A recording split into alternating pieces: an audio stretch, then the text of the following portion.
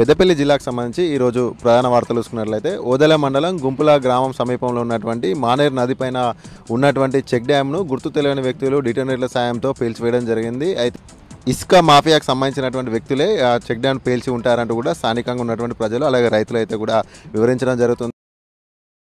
నేపథ్యంలో పెద్దపల్లి మాజీ MLA check డ్యామ్ను అయితే పరిశీలించడం జరిగింది. ఈ సందర్భంగా పెద్దపల్లి మాజీ ఎమ్మెల్యే దాసరి మనోహర్ రెడ్డి మాట్లాడుతూ బీఆర్ఎస్ పార్టీ హయాంలో బీఆర్ఎస్ పాలనలో రైతులకు మేలు చేసే విధంగా సుమారు 8,000 ఎకరాలకు సాగునీటికి ఇబ్బంది లేకుండా ఎండాకాలం కూడా ఇబ్బంది లేకుండా ఉండేందుకు బీఆర్ఎస్ పాలనలో చెక్ డ్యామ్ను నిర్మించడం జరిగింది. ఇలాంటి చెక్ డ్యామ్ను ఎవరో కుట్రపూరితంగా ఎవరో స్వలాభం కోసం కూల్చివేయడం దారుణమంటూ కూడా ఆయన ఆరోపించడం జరిగింది. ఏదైతే రైతులకు నష్టం చేసే విధంగా ఇంత పెద్ద ఎత్తున కూడా పేల్చివేత కారణమైనటువంటి ప్రతి ఒక్కరిని కూడా కఠినంగా శిక్షించాలంటూ కూడా ఆయన డిమాండ్ చేయడం జరిగింది. అంతేకాకుండా వీలైనంత త్వరలోనే రైతులకు మరింత ఉపయోగపడే విధంగా మళ్ళీ వెంటనే వీలైనంత త్వరగా చెక్ డ్యామ్ నిర్మించాలంటూ కూడా ఆయన డిమాండ్ చేయడం జరిగింది.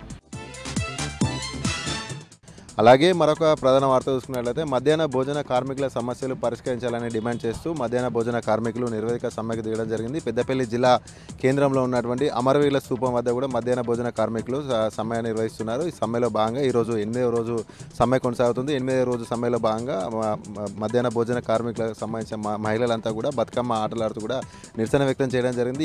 ఈ సందర్భంగా వారు మాట్లాడుతూ పెండింగ్లో ఉన్నటువంటి మా సమస్యలన్నీ కూడా పరిష్కరించాలి. అధికారం రాకముందుకు రేవంత్ రెడ్డి ఇచ్చినటువంటి యువక హామీ కూడా ఇప్పటి వరకు పూర్తి చేయలేదు కాబట్టి మా పెండింగ్ సమస్యలతో పాటు మమ్మల్ని రెగ్యులర్ చేయాలి, అంతేకాకుండా పనికి తగ్గ వేతనాన్ని అందించాలంటూ అంతేకాకుండా కోడిగుడ్లను కూడా ప్రభుత్వమే సరఫరా చేయాలి, పెరుగుతున్నటువంటి ధరలకు అనుగుణంగా బిల్లులు చెల్లించాలంటూ కూడా ఈ సందర్భంగా వారు డిమాండ్ చేయడం జరిగింది.